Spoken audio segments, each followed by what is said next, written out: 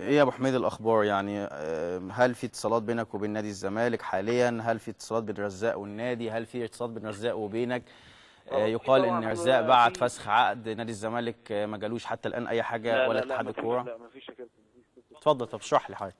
هو كابتن بص، هو احنا كابتن اسماعيل وكابتن حماده كلموا رزاق في اكرا، امم ويعني وصلوا معاه الحل ان يعني خلاص هو هيجي وان شاء الله ياخد الفلوس. هو بس كان المحامي بتاعه يعني مش عاوزه يجي الا لما يتحط له فلوس في الحساب كده.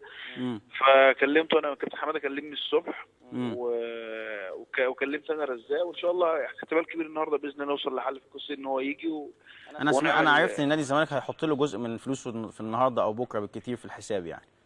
والله يا كابتن كده كده يعني الحل يعني الحل اللي نادي الزمالك عاوزه ويريحه ان رزاق يجي. احنا كده كده انا بحاول اوصل معاه للحل ده ان هو يجي، وهو كده كده لما كابتن اسماعيل كلمه كابتن حماده في الموضوع يعني خد شكله انت ثقه اكتر بخبرتك يعني. معاه، يعني انت كوكيل وشايف ان هو هيجي، ولا شايف ان هو هيجي يا كابتن ان مثلا شاء الله. المحامي الاخر مؤثر عليه بشكل قوي ان هو لا ممكن ما لا لا يجيش؟ هو كابتن، اقول لحضرتك حاجه، هو بس كل القصه هو علاقته بالكابتن حسن وبالجهاز يعني قصه مختلفه شويه. فهو ده اللي رابطه بالنادي. يعني الموضوع برضه هو برضه بيحب الجمهور وهو حاسس ان الجمهور بيحبه، فالموضوع مختلف غير اي نادي تاني. يعني هو بالنسبه له لو هو في حته تانيه كان هيمشي. تمام. يعني كابتن حسن وكابتن اسماعيل هم الاساس ان هو ممكن يرجع تاني. بالظبط. انت عارف يا كابتن اصلا هو جاي نادي الزمالك عشان خاطر الكابتن حسن. طبعا. فهو يعني القصه دي بالنسبه له يعني فارقه معاه. طب يعني ان شاء الله خير يعني، ولا ممكن؟ باذن الله، باذن الله يا كابتن النهارده ان شاء الله ربنا يكرم النهارده يبقى في خير يعني ان شاء الله. ان شاء الله باذن الله. ان شاء الله كابتن بشكرك حازم.